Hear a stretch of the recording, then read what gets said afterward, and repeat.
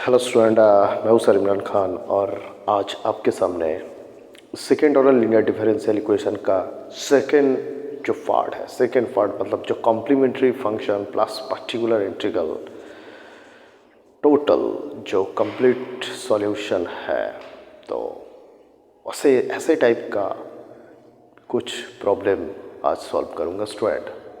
मेरा जो previous lecture में जो पर्टिकुलर इंटीग्रल के टाइप्स में जो डिफरेंशियल इक्वेशन फॉर्म होता है और उस फॉर्म को सॉल्व करने में मैं X cube E raise to X मतलब एक्सेस पावर जो भी हो सकता है 2 3 4 ऐसे एक्सेस पावर एंड ई का पावर मिलाकर जो टर्म है उसी टर्म को लेकर जो second order linear differential equation बनता है उन डिफरेंशियल इक्वेशन को मैंने प्रीवियस लेक्चर में सॉल्व किया और simply E raise to X वाला जो टर्म है और एक्सेस पावर मतलब एक्सेस पावर 2 3 1 जो भी है, ऐसे ही जो टाइप का जो second order linear differential equation है वो लीनियर डिफरेंशियल इक्वेशन को मैंने सॉल्व किया प्रीवियस लेक्चर में।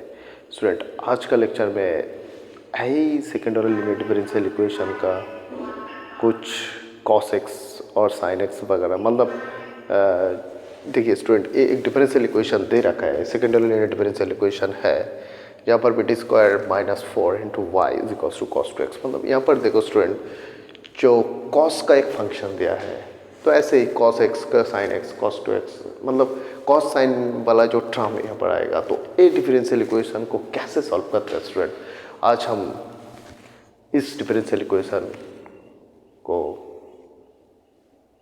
सॉल्व करूँगा और वही आज आपको दिखाऊंगा कि ऐसे टाइप के अगर कोई डिफरेंशियल इक्वेशन है वो डिफरेंशियल इक्वेशन को कैसे सॉल्व करते हैं स्टूडेंट। चलिए पहले आपको क्या निकालना है, कॉम्प्लीमेंट्री फंक्शन निकालना है ना।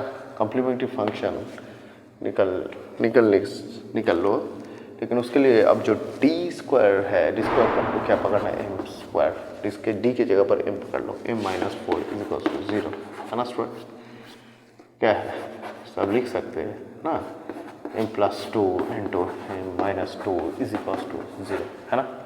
जहाँ पर भी स्टूडेंट देखो एम इज इक्वल्स टू 2 और M is equals to minus 2 है ना स्टूडेंट देखो एम का दो वैल्यू है, दो वैल्यू क्या है, रियल एंड डिफरेंट है, माइनस प्लस 2 माइनस 2 एक नहीं है, तो एक एम क्या है, एम इस इक्वेशन का रूट है। चलिए स्टूडेंट, तो कॉम्प्लीमेंट्री फंक्शन क्या है, मैंने प्रीवियस लेक्चर में बताया कॉम्प्लीमेंट्री फंक्शन अगर रियल एंड डिफरेंट रूट है तो कॉम्प्लीमेंट्री फंक्शन क्या है, c1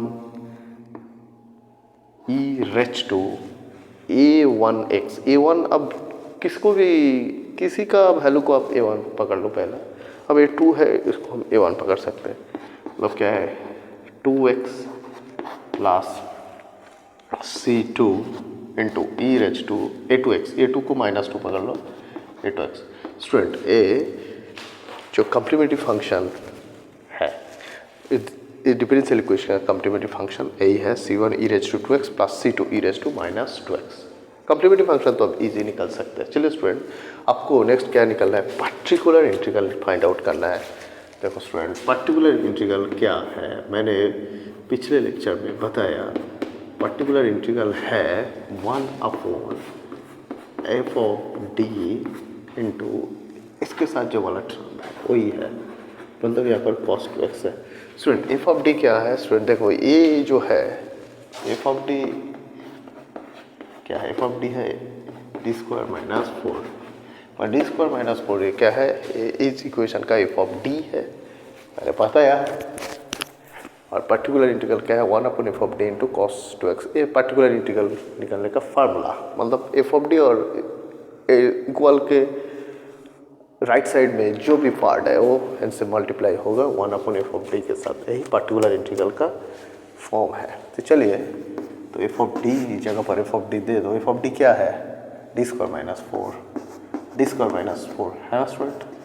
चलिए कॉस 2x।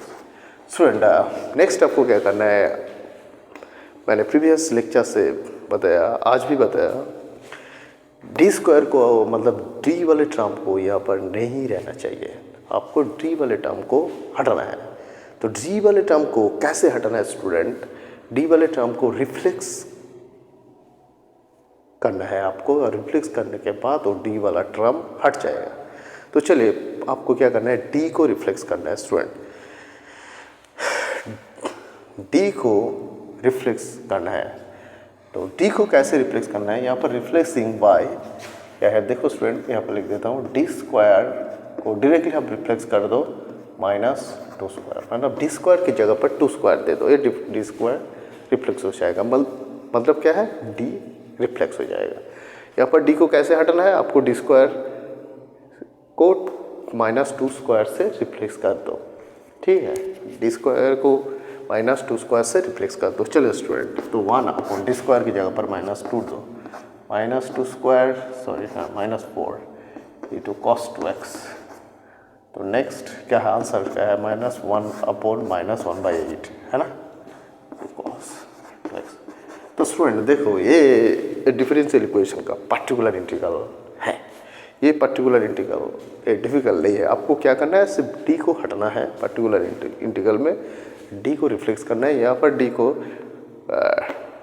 कैसे रिफ्लेक्स किया, डी स्क्वायर की जगह पर -2 दिया, और डी यहाँ पर देखो जो इक्वेशन है, डी तो रिफ्लेक्स हो गया, और सिंपली 1 इंटू cos 2x जो है ये डिफरेंशियल इक्वेशन का पार्टिकुलर इंटीग्रल है। तो चलिए स्टूडेंट, अगर पार्टिकुलर इंटीग्रल और कम्प्लीमेंट्री फंक्शन निकल गया तो क्या है कंप्लीट सॉल्यूशन। कंप्लीट सॉल्यूशन क्या है डिफरेंशियल इक्वेशन का, मतलब CS कंप्लीट सॉल्यूशन है particular integral plus complementary function. तो क्या है पार्टिकुलर इंटीग्रल, जो भी आगे पीछे दो, -1/8 cos 2x plus complementary function क्या है, C1 e raised to 2x plus C2 e raised to -2x। This is answer this equation. Student ये जो डिफरेंशियल इक्वेशन का आंसर यही है। स्टूडेंट ये इतना डिफिकल्ट नहीं है, आपको सिर्फ यहाँ पर जो ट्राम है, ट्राम देखकर आपको आगे बढ़ना है। अगर ऐसे ट्राम है तो आपको किस प्रोसेस में आगे बढ़ना है, ऐसे ट्राम है तो आपको कम्प्लीमेंट्री फंक्शन तो एक तरह से निकल गया, कम्प्लीमेंट्री फंक्शन तो एक ही प्रोसेस में निकल हो रहा है, क्योंकि प्रीवियस लेक्चर से आज भी कम्प्लीमेंट्री फंक्शन का तरीका तो ये है, कुछ फार्मूला फॉलो करता है। कुछ फार्मूला क्या है, अगर वो रूट के ऊपर बेस करता है वो फार्मूला, अगर रूट रियल डिस्टेंस और रूट कॉम्प्लेक्स है तो उनका complementary function easy formula use करने आसान से रिजल्ट आ जाएगा। लेकिन पार्टिकुलर इंटीग्रल का कुछ अलग अलग फॉर्म यूज़ करता है, मतलब पार्टिकुलर इंटीग्रल में जो डी है, डी को हटाने का कुछ अलग अलग तरीका है, अलग अलग यह टर्म होकर अलग अलग तरीका है। अगर cos 2x है तो यहाँ पर देखो, तो डी को कैसे रिफ्लेक्स किया, -2 स्क्वायर से रिफ्लेक्स किया। अगर यहाँ पर सिर्फ x² है तो यहाँ पर कैसे रिप्लेस किया, वहाँ पर बाइनोमियल एक्सपेंशन करना है आपको, नेक्स्ट अब डी हट जाएगा। तो ऐसे ये डिफरेंशियल इक्वेशन सॉल्व होता है। स्टूडेंट ये इतना डिफिकल्ट नहीं है, आपको सिर्फ स्टेप याद रखना है, और ये जो टर्म है किस टर्म यहाँ पर दे रहा है, और टर्म को देखकर आपको आगे बढ़ना है। तो चलिए स्टूडेंट एक नेक्स्ट और एक क्वेश्चन लेते हैं।